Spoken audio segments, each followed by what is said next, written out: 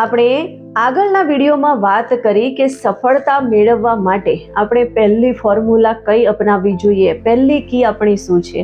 અને હવે આજના આ વિડીયોમાં આપણે વાત કરવાના છીએ કે સફળતાની બીજી ફોર્મ્યુલા કઈ છે. સફળતાની બીજી ફોર્મ્યુલા એ છે કે સફળતા એટલે પરિશ્રમ અને ધીરજનો સરવાળો.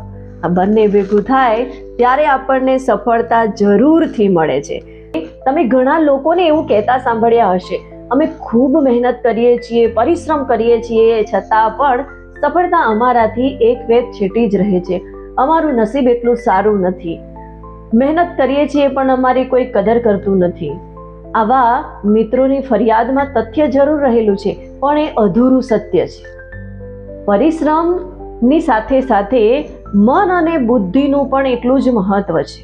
આપણે એક વાતથી સમજીએ, એક નાવિક નદી પાર કરવા માટે નાવમાં બેસે છે અને નાવમાં બેસી અને હલેસા મારવાનું શરૂ કરે છે. ઘણા બધા હલેસા મારે છે, ઘણો બધો સમય પસાર થઈ જાય છે, પણ એને નદીનો કિનારો મળતો જ નથી. નદીના કિનારે એ પહોંચતો જ નથી. અને એવામાં આકાશમાંથી વીજળીના ચમકારા થાય છે અને એના પ્રકાશથી આજુબાજુની બધી વસ્તુ દેખાવા લાગે છે. અને ત્યારે એ જોવે છે કે હું તો નાવનું જે લંગર છે એ છોડવાનું જ ભૂલી ગયો.